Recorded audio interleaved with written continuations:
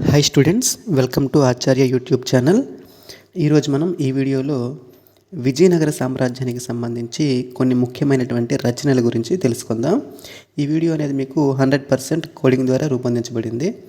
మనము లాస్ట్ వీడియోలో విజయనగరాన్ని సందర్శించినటువంటి కొంతమంది విదేశీ యాత్రికుల గురించి కోడింగ్ ద్వారా తెలుసుకున్నాం కదా.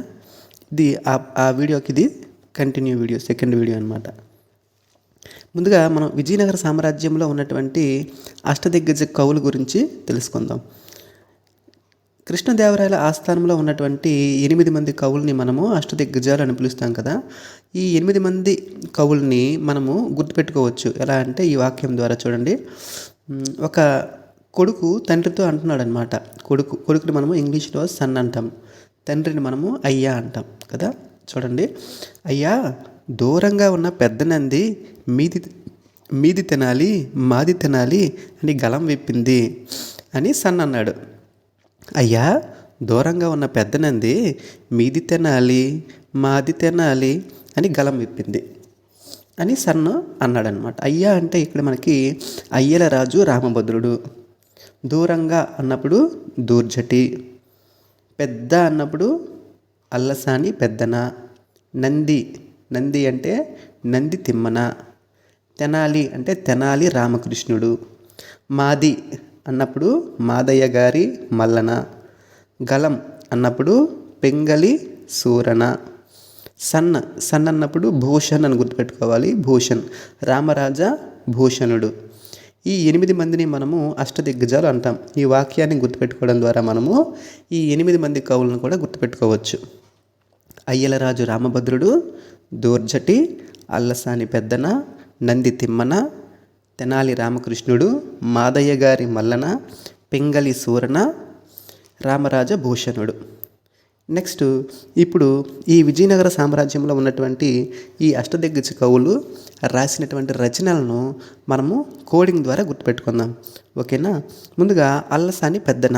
ఈ అల్లసాని పెద్దన మనకి మనుచరిత్ర, హరికథాసారం అనేటువంటి గ్రంథాన్ని రాశాడు. అల్లసాని పెద్దన మనుచరిత్ర, హరికథాసారం అనేటువంటి ఈ 2 గ్రంథాలు రాశాడు కదా. ఇంకా ఎక్కువ గ్రంథాలే రాశారు వీళ్ళందరూ కూడాను. కానీ మనకి టెక్స్ట్ బుక్ ప్రకారం ఎన్ని గ్రంథాలు ఉన్నాయో వాటిని మాత్రమే మనము గుర్తుపెట్టుకునే ప్రయత్నం చేద్దాం. అయితే దీన్ని మనం ఎలా గుర్తుపెట్టుకుంటామంటే, అల్లసాని పెద్దనలో నేను పెద్దన తీసుకున్నాను, మనుచరిత్రలో మను, హరికథ అంటే హరికథాసారంలో హరికథ అని తీసుకున్నాను. ఇప్పుడు పెద్దన, మను, హరికథ ఈ 3 పదాలను ఉపయోగించి మనము ఇది గుర్తుపెట్టుకుందాం. మా పెద్దని ఉన్నాడు, పెద్దన్నయ్యకి మనువ అవడం లేదనమాట. మనువ అంటే ఏంటంటే పెళ్ళి. అయితే ఒక స్వామీజీ ఏం చెప్పారంటే, హరికథలు విను నీకు పెళ్ళి అవుతుంది అని చెప్పారనమాట. పెద్దన్నకి మనువ అవ్వాలంటే ఏం చేయాలి, తను హరికథలు వినాలన్నమాట. ఇక్కడ పెద్దన అల్లసాని పెద్దన, మనువ అంటే మనుచరిత్ర, హరికథ అంటే హరికథ సారం. ఈ రకంగా గుర్తుపెట్టుకోవచ్చు. తర్వాత నంది తిమ్మన. నంది అంటే మనం ఎద్దు అనమాట. ఆల్రెడీ ఇంతకుముందు వీడియోలో మనము అబ్దుల్ రజాక్ గురించి చెప్పేటప్పుడు బుల్ని చూస్తే మనం ఏమో పరిగెడతామని చెప్పాం కదా. అక్కడ పర్షియన్ యాత్రికుడు అని చెప్పుకున్నాం. ఇక్కడ కూడా నందిని చూస్తే మనము పారిపోతాం అన్నమాట. పారిపోతామన్నప్పుడు నంది అన్నప్పుడు నంది తిమ్మన, పారిపోతామన్నప్పుడు పారి నుంచి పారిజాత అపహరణం అని గుర్తుపెట్టుకోవచ్చు. ఇక 3వది మాదయ్య గారి మల్లన. ఈ మాదయ్య గారి మల్లన ఏం రాశారంటే రాజశేఖర చరిత్రం రాశారు. ఈ మాదయ్యలో నుంచి దయ అనేటువంటి పదాన్ని తీసుకున్నాను. రాజశేఖర చరిత్రంలో రాజు అనే పదం తీసుకున్నాను అనమాట. రాజు దయ కలిగి ఉండాలి. రాజు ఎప్పుడు కూడా ప్రజల మీద దయ కలిగి ఉండాలన్నమాట. రాజు దయ అని గుర్తుపెట్టుకోవడం ద్వారా మనము మాదయ్య గారి మల్లన రాజశేఖర చరిత్రం రాశాడు అని మనం గుర్తుపెట్టుకోవచ్చు. నెక్స్ట్ దూర్జటి శ్రీకాళహస్తీశ్వర మహత్యం అనేటువంటి గ్రంథాన్ని రాశాడు. మనందరికీ చిన్నప్పటి నుంచి చదువుకున్నాం. చాలా పద్యాలు దూర్జటి రాసినటువంటి పద్యాలు మనము చదువుకున్నాం శ్రీకాళహస్తీశ్వర శతకంలో. ఇది ఈజీగా గుర్తుంటుంది. మనం దీన్ని కూడా గుర్తుపెట్టుకోవాలనుకుంటే ఈ రకంగా గుర్తుపెట్టుకోవచ్చు. ఈ శ్రీకాళహస్తి అనేది మనకి చిత్తూరు జిల్లాలో ఉంది అన్నమాట. ఇది శ్రీ అంటే సాలిపురుగు, కాళ అంటే పాము, హస్తి అంటే ఏనుగు అనమాట. ఈ 3 భక్తికి సంబంధించినటువంటి ఒక విశిష్టమైన ప్రదేశమే ఈ శ్రీకాళహస్తి. ఈ శ్రీకాళహస్తి అనేది మనకి చాలా దూరము. ఒక చిత్తూరు జిల్లా వాసులకు తప్పించి మిగతా ఎవరికైనా సరే శ్రీకాళహస్తి అనేది దూరం కాబట్టి మనము ఈ దూరం నుంచి దుహర్జటి అని గుర్తుపెట్టుకోవచ్చు అనమాట. శ్రీకాళహస్తి మనకు చాలా దూరం. శ్రీకాళహస్తీశ్వర మహత్యం మనకి రాసింది దుహర్జటి అని మనం గుర్తుపెట్టుకోవచ్చు. నెక్స్ట్ అయ్యలరాజు రామభద్రుడు. అయ్యలరాజు రామభద్రుడు మనకి సకల నీతిసార సంగ్రహాన్ని రాశాడు. సకల నీతిసార సంగ్రహం దీన్ని ఎలా గుర్తుపెట్టుకోవచ్చు అంటే అయ్యలరాజులో నేను అయ్య అనే పదం తీసుకున్నాను. అయ్య మనకి సకల నీతులు చెప్తాడు. మన అయ్య అంటారు కదా నాన్న, అయ్య సకల నీతులు చెప్తాడు మనకి. ఈ రకంగా గుర్తుపెట్టుకోవచ్చు. అయ్యలరాజు రామభద్రుడు సకల నీతిసార సంగ్రహం.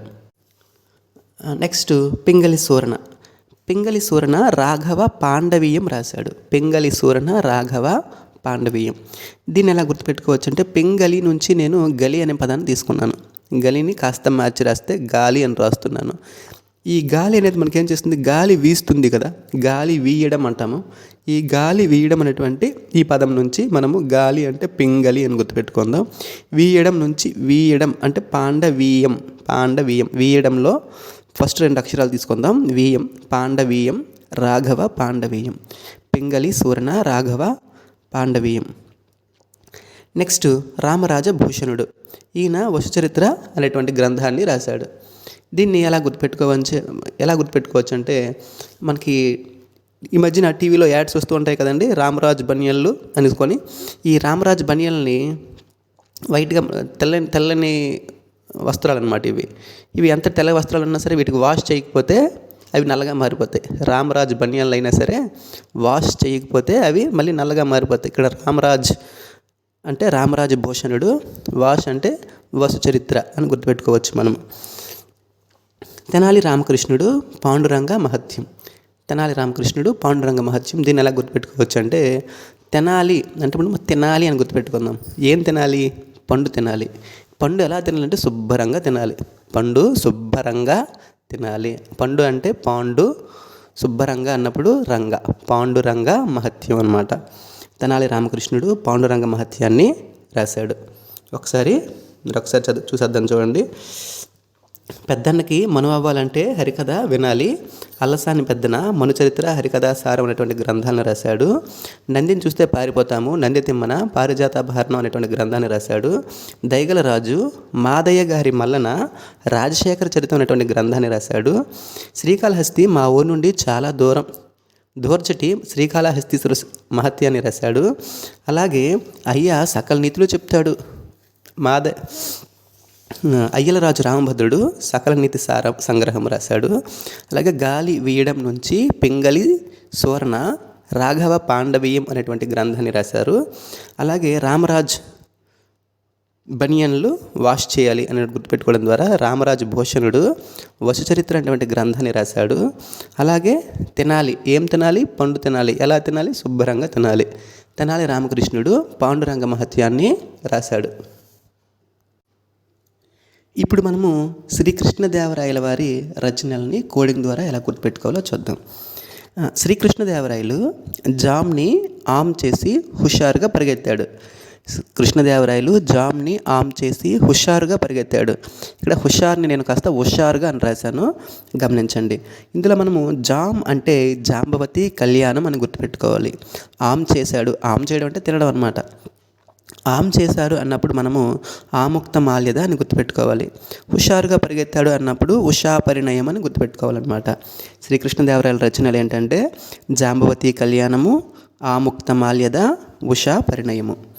తర్వాత విజయనగర సామ్రాజ్యంలో ఉన్నటువంటి మరికొంతమంది కవులు వారి రచనలు చూద్దాము. విద్యారణ్యస్వామి సంగీత సర్వస్వం అనేటువంటి గ్రంథాన్ని రాశాడు. మనము ఏదైనా ఎగ్జామ్లో, కాంపిటేటివ్ ఎగ్జామ్లో ఖచ్చితంగా సక్సెస్ అవ్వాలంటే ఖచ్చితంగా మనం విద్య సర్వస్వంగా చదివితే సక్సెస్ అవుతాం. నెక్స్ట్ ఆ రకంగా గుర్తుపెట్టుకోవచ్చు మనం దీన్ని. విద్యారణ్యస్వామి సంగీత సర్వస్వం, విద్యే సర్వస్వం, విద్యారణ్యస్వామి సంగీత సర్వస్వం అని మనం గుర్తుపెట్టుకోవచ్చు. నెక్స్ట్ గంగాదేవి మధురా విజయం అనమాట. ఈ గంగాదేవి కుమార కంపన భార్య అనమాట. ఈమె ఏం రాసిందంటే మధురా విజయం అనేటువంటి గ్రంథాన్ని రాసింది. మనం దాహంతో ఉన్నప్పుడు గంగ అంటే పచ్చి మంచినీళ్ళు తాగినా సరే అది చాలా రుచిగా మధురంగా ఉంటుంది మనకి. గంగాదేవి మధురా విజయం అని ఈ రకంగా గుర్తుపెట్టుకోవచ్చు. నెక్స్ట్ ప్రౌఢ దేవరాయలు మహానాటక సుధానిధి. ప్రౌఢదేవరాయలు మనము ఈయన రెండవ దేవరాయలు అని కూడా పిలుస్తాం. రెండవ దేవరాయలనే ప్రౌఢదేవరాయలు అంటారు. ఇందులో మనము ప్రౌఢ నుంచి ప్రౌఢ అనేటువంటి పదాన్ని తీసుకుందాం. ప్రౌఢ అంటే గర్వం అనమాట. మనకి ఎప్పుడు గర్వం వస్తుంది? మన దగ్గర బాగా నిధులు ఉన్నప్పుడు, మన దగ్గర బాగా డబ్బు ఉన్నప్పుడు మనకి ఆటోమేటిక్గా గర్వం అనేది వచ్చేస్తుంది. ఆ రకంగా గుర్తుపెట్టుకోవచ్చు అనమాట. ఇక్కడ నిధి ఉంటే మనకి ప్రౌఢ వస్తుంది. ప్రౌఢదేవరాయలు మహానాటక సుధానిధి అని గుర్తుపెట్టుకోవచ్చు. నెక్స్ట్ భరతముని నాట్యశాస్త్రం. భరతనాట్యం అందరికీ తెలిసిందే కదండి.